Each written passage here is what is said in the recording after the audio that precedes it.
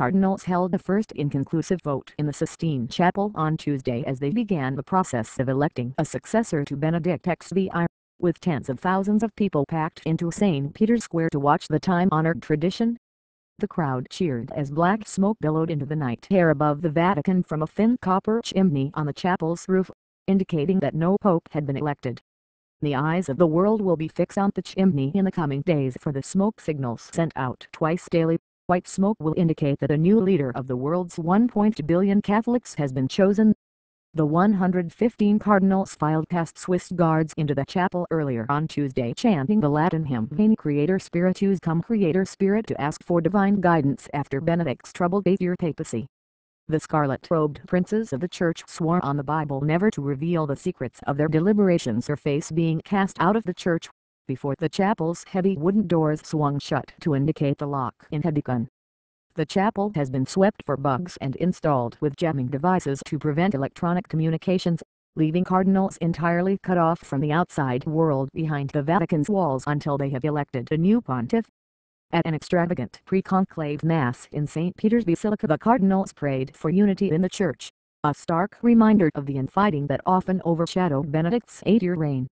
As rainstorms drenched pilgrims outside, the cardinals burst into thunderous applause when the dean of the College of Cardinals, Angelo Sodano, thanked the beloved and venerable Benedict. On the Vatican's 17th-century plaza, a barefoot pilgrim in a sackcloth habit knelt on the cobblestones in the pouring rain and bowed his head in prayer as the chants from the Mass echoed across the square from 4 giant screens. "Without a pope I feel bereft, like an orphan," said French priest Guillaume Lefloc, 35. "The Church needs a great leader now more than ever. The cardinals have a chance to astonish us."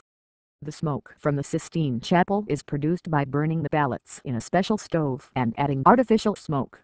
The Vatican engineer in charge of preparing the chapel, Paolo Segretti, told AFP. "We use smoke flares," he said. After several episodes in which grayish smoke that could be interpreted as white or black created confusion, the Vatican introduced the surer system starting with the last conclave in 2005. Modern-day conclaves normally last no more than a few days and a 2/3 majority is required. The longest conclave in the past century lasted 5 days, in 1922. Benedict's election in 2005 following John Paul's death took just 2 days. 3 cardinals have emerged as favorites: Italy's Angelo Scola, Brazil's Odilo Squer, and Canada's Marc Ouellet. Like Pope Emeritus Benedict XVI, all of them combine conservative views with social advocacy on issues like poverty, conflict and immigration. All the cardinals were appointed either by Benedict or John Paul II. But cardinals from Austria, Hungary, Mexico, the Philippines, South Africa and the United States, some of them with more reformist outlooks, were also rumored to be in contention. Bookmakers said Scola was the favorite, followed by Ghana's Peter Turkson and Squer. Mexican Cardinal Norberto Rivera Carrera told Italian daily La Stampa there was no pre-conclave consensus. Some imagine him to be more academic, able to establish a dialogue with culture. Others ask for someone who is close to the people. Others still want someone with more authority to put some church problems in order, he said.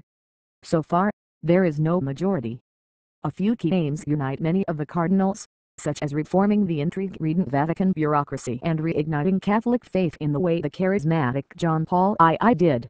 There have been calls from within the Church for a rethink of some basic tenets such as priestly celibacy, the uniform ban on artificial contraception and even allowing women to be priests as in other Christian denominations.